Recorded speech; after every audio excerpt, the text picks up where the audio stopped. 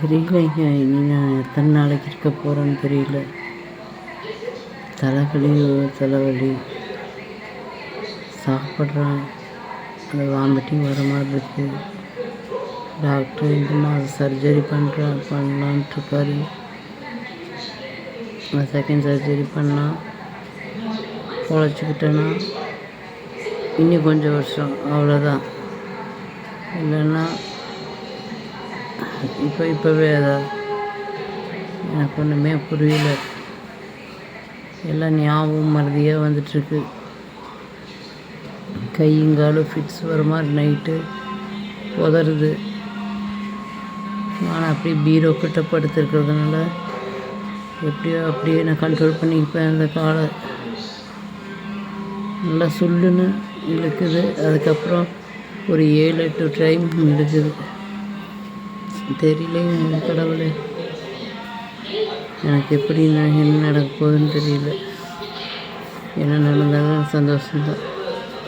என் சாவை எத்தனை பேர் விரும்புகிறாங்களோ அவங்களெல்லாம் விரும்பட்டும். எனக்கு அதை பற்றி கவலையே இல்லை. ஏன்னா எல்லோரும் ஒரு நாள் சாக போகிறவங்க தானே. எல்லோரும் ஒரு நாளைக்கு போகிறவங்க தான் இந்த பூமி விட்டு. நான் என்ன இந்த யூடியூப்லாம் போட்டுட்டு சந்தோஷமாக சிரிச்சுட்டு அதுக்கப்புறம் தான் நான் போகிறேன். என்ன யூடியூப்பில் போட்டால் கொஞ்சம் சந்தோஷம் எனக்கு, மற்றபடி வேறு ஒன்றும் இல்லை.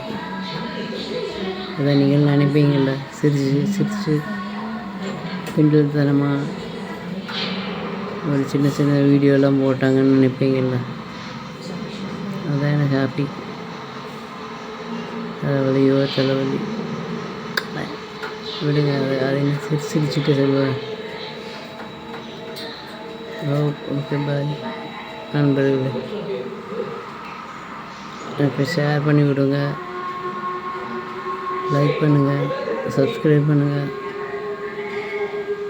எத்தனை நாளைக்குன்னு தெரியல.